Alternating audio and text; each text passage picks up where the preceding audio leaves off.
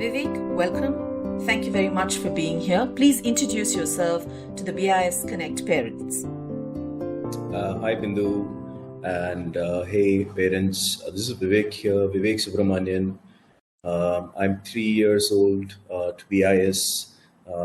We moved to Bangalore back in 2020, and my elder daughter Adya Vivek, she studies in second grade, and this year my younger daughter is also going to be joining BIS as a pre-primary student.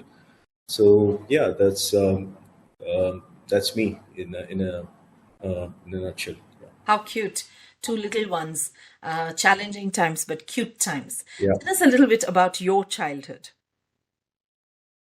So my childhood would be school days, right? So I did part of my schooling, most of my schooling actually in Chennai, and then some part also in Ahmedabad in Gujarat. And so yeah, my school in Chennai, it's situated in this locality called Mylapore, and it's a very sort of traditional part of the city.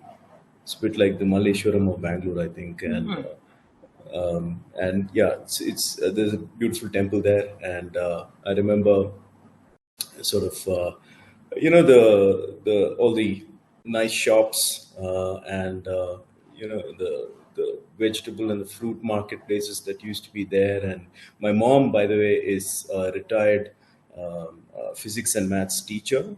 So I was always I was in the same school as where my mom used to teach. So I was a teacher's son, and but very sort of quiet, but very naughty. And that's how I would come across generally, quite very naughty. And and then the other thing I remember about my childhood days is my time with my grandparents, and I had some really good times with both my maternal grandfather and my paternal grandfather and grandmother as well. But I used to go on these long walks with them, and have these really sort of interesting story sessions with them. And I used to listen to them, and they used to talk about the independence movement and all that, right? So, and I used to listen to all of that, and they used to give me at the end of it, they used to give me one coin that I need to put in my treasure chest. And so I remember that as well. And also the food is something that I remember. My father's side is from my grandparents from my father's side, they're based in Calcutta, and mom's side is in Coimbatore, in Tamil Nadu. So the street food scene in Calcutta is just amazing, right? So you get to eat some of the best street food in Calcutta. So I remember that very, very well. And the food, the bakery scene in Coimbatore is also really good. Like, you get very good vegetable puffs, and there's something called varki that you get there, and it's something that just has stuck to me, like the food. So yeah, these are some few things that I remember about my childhood days. I still remember, whenever I listen to some good music, I remember this. Lovely. So nice to hear about children growing up with grandparents and doing typical things like listening to stories. And it's just an idyllic part of childhood that I think as adults, you look back with such nostalgia and remember such good times. What do you do professionally? What inspired you to pursue your career or your profession? So I'm very passionate about food and drink. I trained to be an economist, and I did all the other stuff, but then I decided to move to this about 6 years back, and 7 years back. And I've been doing that ever since. So we are creating a platform for amazing food and drink to be recognized globally. Right now it's UK and Europe, but we want some amazing brands to be recognized globally, and also good amazing food ingredients. So we are pretty much into that, and that's what we intend to do for the next 5 years, 10 years, 15 years. Basically, identify good food and drink, What and what does you that know mean? You've got me intrigued. When you're saying globally, what is it that you mean? Are you setting up restaurants? Are you making sure that ingredients reach the marketplace? What is it that you're doing? Tell us a little bit more. Yeah, absolutely. So it's a marketplace that we are building. It's a Hmm. B2B marketplace right now, and we bring forward some really really good ingredients from Asia, and then take it to the European and the UK marketplaces right now. And we also so it's done either in the form of the Banyan Tree Foods brand, or also we work with several very very exciting brands that we try to push and promote in those marketplaces. And we are initially right now doing mainly food, but now we are also looking at the drinks sector as well. So, for example, interesting tonic water.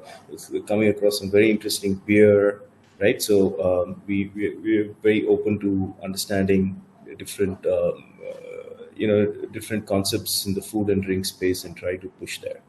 That's what we do. So, and it's we're trying to make it completely digital now, and for that we're building our team in Bangalore, and we're putting together a team that's working with our UK team as well. So Amazing. I think sitting here and just talking to people as candidates, I think I don't know if anybody has had a boring job yet. I'm not sure if I've interviewed one person with a boring job. It's quite fascinating to see, of all places, this happening in India. The fact that we have got such diverse jobs and opportunities, even what you're doing is utterly fascinating. So it's been such an education as far as I'm concerned. Interesting. All the very best in what you're doing. What drives you through tough times, Vivek? through tough times, you have to stay optimistic, right? And I like to see the it's basically the optimistic future that drives me through tough Hmm. times. It's as simple as that, actually. Hmm. If moods choose music, what moods drive your music choices? Um, See, I generally try to find melody. So it can be a happy melody, it can be sad melody. Music for me, it's all about melody, and I try to really stick to that in any form of music that I listen to. Hmm. And I listen to whether it's English classical, Western classical music, or Indian classical music, or whether it's you know.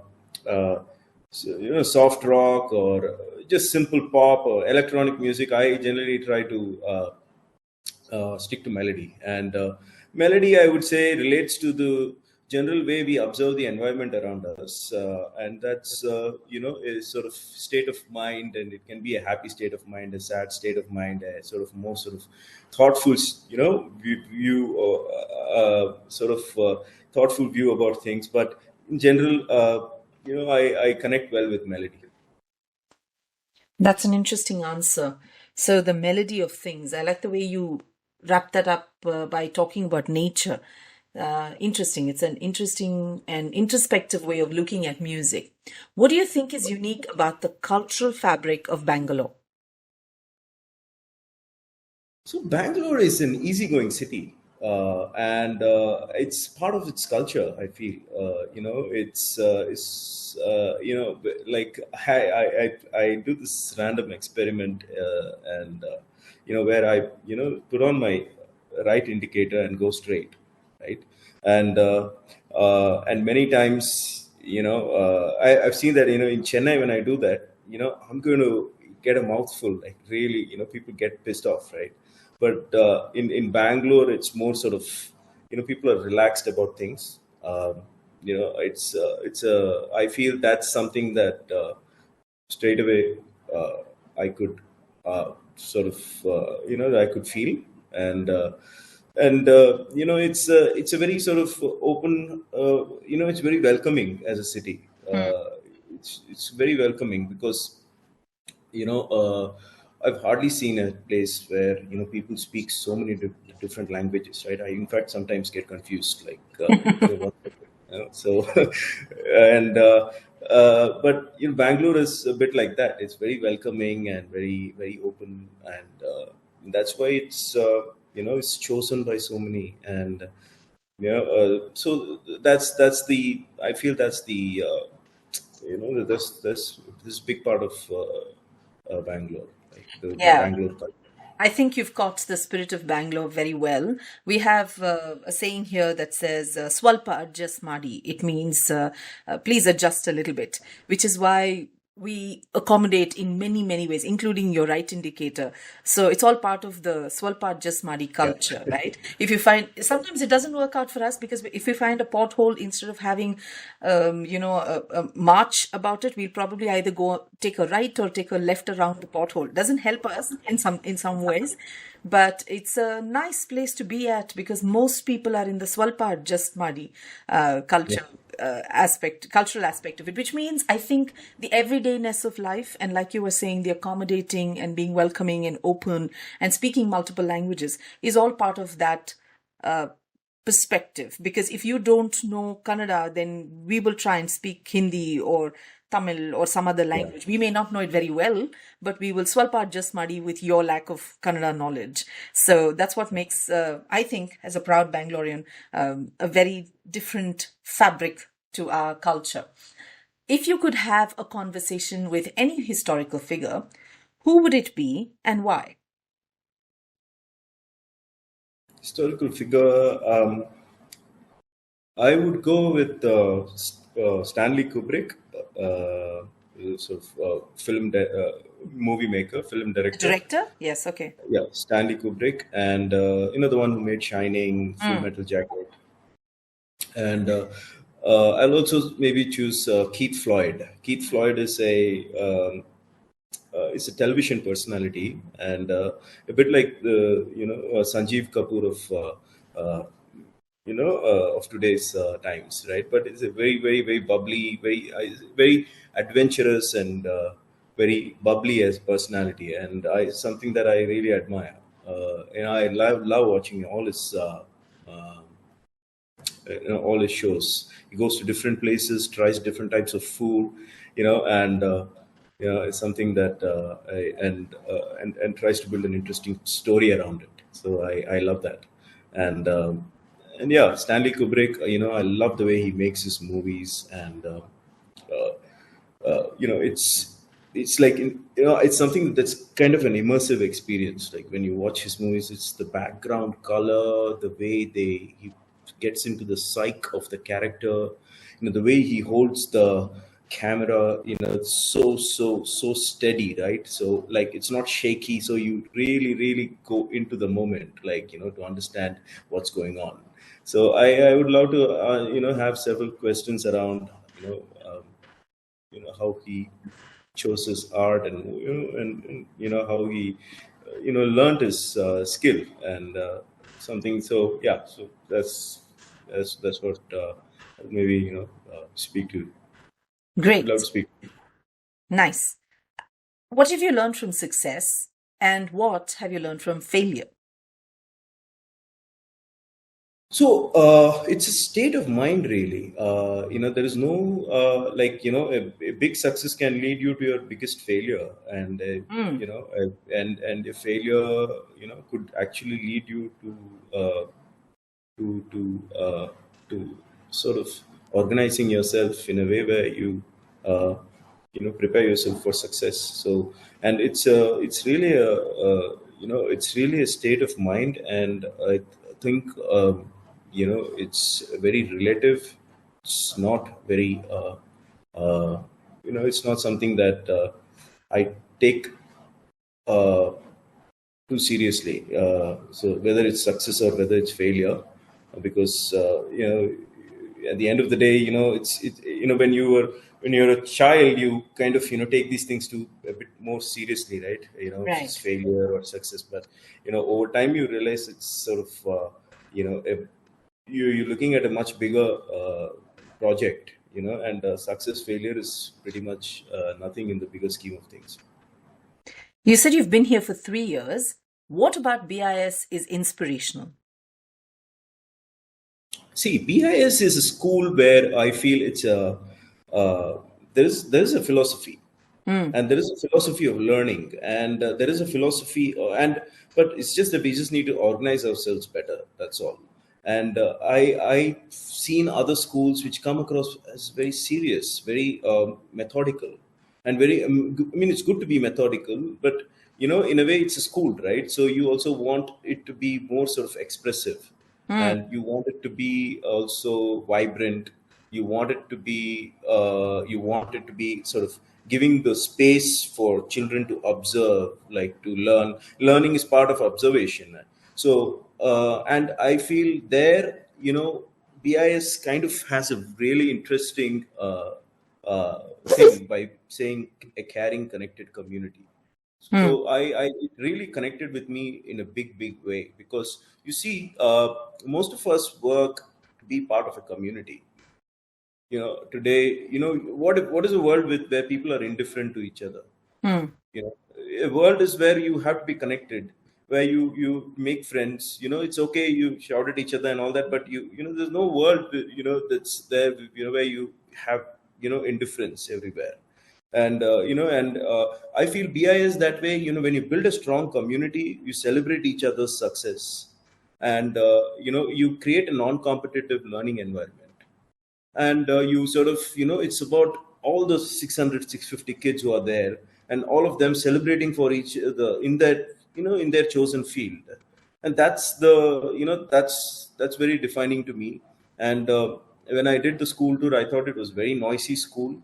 And so, which means that they, kids get to express in a very, very Hmm. noisy, very open way, which most schools don't, right? I mean, at least in the old schools, the schools of our times, you had to, it was very strict, right? You had to True. keep your thinking to yourself. And when I did my school tours, children and teachers were like literally debating and discussing many concepts and all with each other. And that's good. I think that's an environment that I would like my children to be in, and grow. That's That an that Yeah, that's an excellent way to describe BS. I have never thought of it that way. Expressive. The fact that the kids are expressive. And you're right. I think very often when I've walked, I mean, not that I do it very often, but when I've ever been to school, somebody, like you said, is arguing with some teacher. Not really arguing, but really debating something. She's saying something. I think I watched a kid talk about geography. I think they were standing in the corridor and having a conversation, which was so different from what normally would happen in most schools. Because, like you said, it's very regimented or very within borders and boundaries, and kids know their places and teachers know their places, and learning happens within a classroom. But I think that's a really nice way to express to talk about BIS and call it expressive. I think that's what our kids are at the end of many, many years. And mine's been around for a while, and that's exactly what they are: expressive. And they don't come across as being repressed or suppressed or have no problems talking about their opinions or their, it may be right or wrong, but they at least are vocal enough or have the confidence enough to state what they believe. And I think that's a great thing if a school can achieve that for you. What life changing event in the past has shaped your today? See, I moved to Edinburgh. I moved to UK. I moved to the UK when I was 19 years old, and I was there until like 3 years. I mean, until 35, 36. So, and that's been quite transformative. I feel Hmm. going so early. I mean, going just at when you're just finishing up, and your school and your graduation, and straight away going to you know uh, going out, like not having your support system is something that was quite transformative for me. And because you have to take care of yourself, you have to make sure you cook and clean and all of that. And Hmm. you also try to the haves and the have nots in some parts of the world are not so not so uh, not Linear. so the haves and the have-nots are not so visible, right? So you have to pretty much do many things on your own, and you have to make sure that it's more of an equal system, and that in a way, makes you understand the value of everything, right? Like, where you value, if you don't try to understand how to treat people, how to respect people, how to make sure that you understand that everybody has an equal right for things, and and those are values that I do believe in, and it's been very transformative experience, because I've done, as a student, I've done part-time jobs, I've flipped burgers, I've managed a cash register, Nice. I've done sort of worked in a cold storage, this cold storage meat store. I've done all sorts of stuff. I've done market research work, like, as a part-time student. We've done like, all these little jobs, right? And it's kind of helped me really it's really helped me as a person, and I value all the work that gets done, and today, it's I would state quote that that's a life-changing experience for me. For sure. I think traveling, someone said, broadens the mind. For sure, it does that to you, right? To see how somebody else lives in a different culture. There will be good, there will be bad, but there's a lot to learn, especially from a country that believes in equality, in equal rights, not having any gender differences, not believing in stereotypes. So it's a lot of learning, and I think that really adds to the kind of person you become later in life. What is the one thing about you that most people don't know, but you wish that they did? uh, I cook well. Ah, So many people don't know that, actually, except for my, like, close circle. So sometime, after all this gets over, I'll see if I can do something. I was just going to invite myself over to Janani and your place and say, well, apparently he cooks and cleans, Janani. So let's meet up. Fabulous. Okay. Any particular cuisine that you cook, or is it across? I try to mix and match, and I'm generally okay with most, like, depending on what you feel like eating. I'll try to do something interesting. Generally okay with most of the Superb. cuisine. Yeah. Superb. That's an amazing skill to have. But yeah, Fabulous. I mean, if you're particular, I cook chettinad really Oh, good. Like, wow. chettinad, yeah, That's a tough chettinad one. cuisine. Yeah. Yeah, that's a tough one. All right. So, moving on to something more serious, what are your thoughts on the concept of women seeking in permission, especially grown women, not children, seeking permission, whether in personal or professional contexts? Please explain. Uh, I think in the times we live, I mean, if I'm being frank, in the times that we currently live in, right? It's kind of an outdated question now, Mm. because right now we are talking about what's we are talking about what's a woman, right? Who's a woman? What's a woman is the big debate that's raging everywhere, Apparently, we and don't know. yeah, that's the big raging debate today. Whether you go to UK, Australia, everywhere, what's a woman is a big thing. Like, because you see equality of outcome comes in, and Mm. but I personally think that equality of outcome is more of a concept for a debate. Because what's a woman? I think it's I stick to a conservative belief that there is a biological answer to that, and then there is a biological answer to a man, and then there is also my unconventional thinking means there should also be a gender neutral category altogether, which allows full expression of LGBT, and that's that space. But right now we're talking about equality of outcome. It's not about whether women need to take permission, it's about Mm. equality of outcome. Right now, the question is, you have a tennis match, you have 5 sets for men, you have 3 sets for women, and some argue that why should men take more of the why should their prize money be different? So that's an interesting debate, and that's I feel that's where women should push the, that's the way women should start thinking. It's not about permissions anymore. Right. But the fact that we are in a country where women are told what to wear, what to eat, when to leave home, to have an education, who to marry, when to have kids. So apparently, we still need permission. Yeah, I mean, see, it's part of I mean, there is also this. Uh, I mean, there is also this. I mean, there is also the part where you have to break the, it's a sort of mindset that needs to change, and if it hasn't, but I think generally I feel that in the Urban we are settings. moving towards, we are moving towards a world where we are looking at um, equality of outcome more than and I'm sure it will trickle down at some point. And it's about incentivization as well, right? So when you're looking at equality of outcome, I was just having this discussion the other day. They're saying, okay, look, we have an IPL match, right? When we have men men playing Pictures. IPL, Yeah. the viewership is higher. So why should their Price not be the same. no, why should their compensation not be different? But Hmm. the whole point is the incentivization.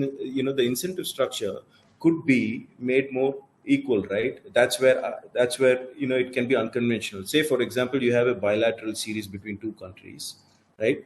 Uh, it doesn't have to be that men need to, they say India versus Australia. Hmm. It doesn't have to be just men representing India, right? So when you have a border Gavaskar trophy, the trophy should be given after, you know both we have a set of you have matches between men and matches between women, and eventually, whoever gets the better result gets to take the trophy. Then you have created a structure where the incentive is there to make sure that India wins, irrespective of which gender is Playing. sort of participating. So Interesting. I feel that it's about it's about looking at, that's the space that we will be moving towards. And we are already, as a school, as people of, say, living, moving in that direction. And that should be the right that should be in general, I mean, that should be the approach. Maybe it trickles down later, it trickles down to other to other Aspects of life. it trickles down to other other sort of what do you call a town or a district Hmm. or a village. It takes some time, but eventually, that's the direction, and India is moving in that direction. So yeah, I was saying, Bindu, that the other day when I was at the airport, I was seeing that it's very interesting, because I was seeing the CRPF stand outside the airport and check your make sure the security is good. Hmm. There were so many lady professionals, officers Hmm. standing and checking, and that's, so India is moving in that direction. I can see that, and we need I think it's time we move the focus entirely to something else. There will be sectors which will be better, where men could be perceived as better, and women could be perceived, like, say, fashion, for example. Women dominate fashion, right? Hmm. Fashion as an industry. But use the car industry, for example. It's always understood that the boardroom, or the CEO generally, it's more sort of male dominated. But if you see, you take a look at General Motors, right? Since 2014, it's been run by a lady. It's one Hmm. of the biggest companies, and she's done pretty well. It's almost 10 years now, a car industry, Hmm. and she's now come with the policy of cutting all sort of gasoline products in about 10 years time. Wow. So So, and that's Mary Bara, right? So, and so we sort of the moment we stop questioning, you stop thinking about whether we need to seek permission. Mm. It's not even a question anymore. The moment we start thinking like that, then the entire whatever we wish to do, we devise our objectives based on that. That's and then everything falls in place. And as long as you have a supportive community, and that's what we should try to provide to whether it's irrespective of the gender, whether it's a man or a woman or a gender neutral, you provide a supportive community, they'll shine Yeah. I just like a completely sparkle. agree. That's excellent. I just wish more men thought along those lines. I think, unfortunately, the thing about living in a patriarchal society is that it just trickles down and we don't question it. I know in urban places and a place like Bangalore, there's a lot of questioning. There are a lot of women who are doing extremely well for themselves, and it's considered a part of the fabric of a city like Bangalore. It's also there in the metros in many, many ways, but unfortunately, we're still very far from being equal in terms of gender, especially when you go down the financial order of things. The less power a woman has in terms of finances, literally the less choice or the less freedom that she has. And I hoping it will soon trickle down and not just be an urban mythical creature, but actually trickle down to the rest of the country, and that more women would become a part of the real India in that sense. Um, Yeah, Next question. absolutely, absolutely. Yeah. Right. Moving on to the next question. What is the best piece of advice that you have ever received, and how has it influenced you? um I can't recollect actually, but I mean, I don't, I don't specifically hold on to advices as such. And It but could be I something mean, you heard. the one It could thing be that I something do you remember. heard or something that you read. It doesn't have to be like from a person. It can just be something like, I think Jay was mentioning a podcast that he listened to and that it influenced him. That was an amazing piece of advice, or something that he read in a book or whatever. So it can also be something that you happened upon and that advice made a difference to you. No, I remember one of the my professors in Mm. economy in Edinburgh. They mentioned you've got to keep running to stay where you are. I mean, that in a way kind of made sense to me, and that it still sometimes makes sense to me. You've got to sort of keep pushing yourself. I mean, you've got to keep running to sort of you've got to keep pushing yourself to stay where you are. It's not like you've got to keep going through that process of learning. Hmm. The thing, I mean, I had a sort of funny, in a sort of funny way. The one that yesterday I saw this. I was seeing IPL, right, and there was this ad that came. They said "Dar ke aage jeet hai," so that Hmm. also made a lot of sense to me. Especially right now, I think.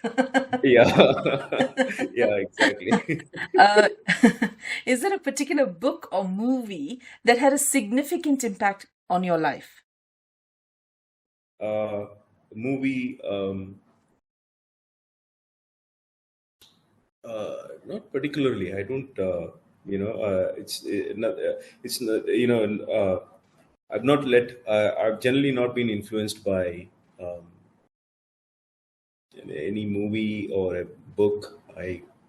Um, I, yeah, nothing specific that in a way transforms my life. All right. What are your goals or aspirations for the future, both personally and professionally? So personally, I want to give back to the community. I'm Hmm. very clear about that, and that's why I moved to India. And I want to stay close to my friends and family Hmm. and my parents and um, and my wife's parents as well. And so basically, be part of at a personal level. I would like to stay sort of very be part of a community and sort of also give back to the community wherever and I this is the phase of life where I would like to do that more.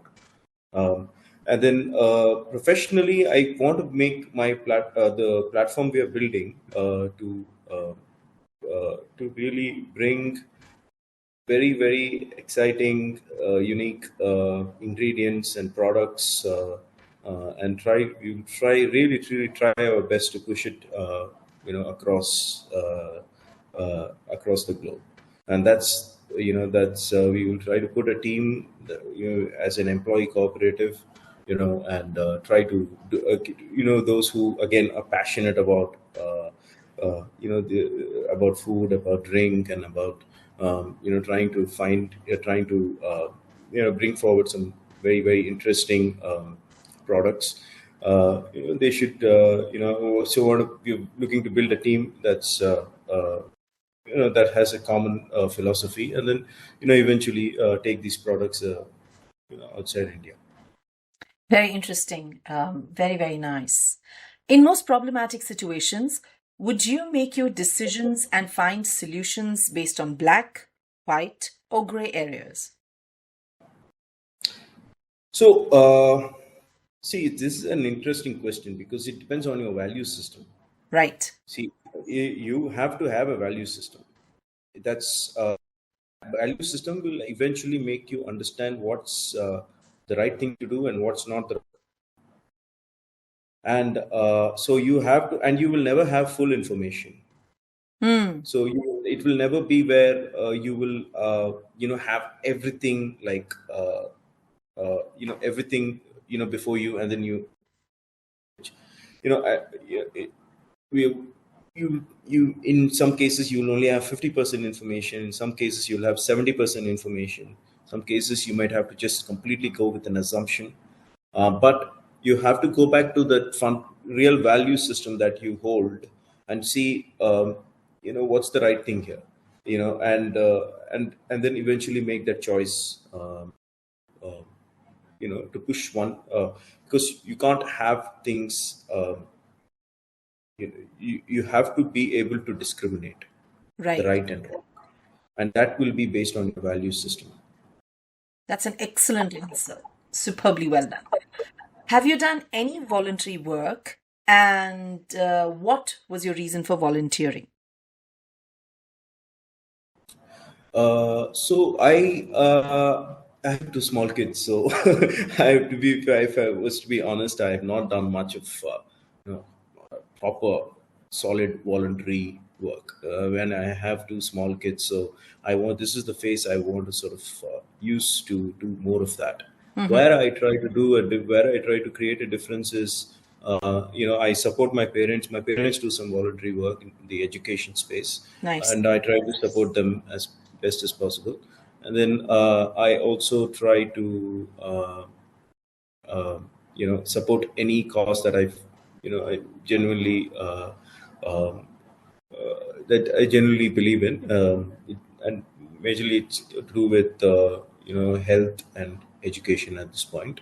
And education, I feel, is a transformative experience. It can make a big difference. Somebody, it can create that. It can change the, um, it can change the haves and the have-nots, and Right. that's why I feel education, and that's it, very much a big factor in a place like India. And so education is something that I would like to associate myself with more, like, and so this is the phase of life I would like to do that.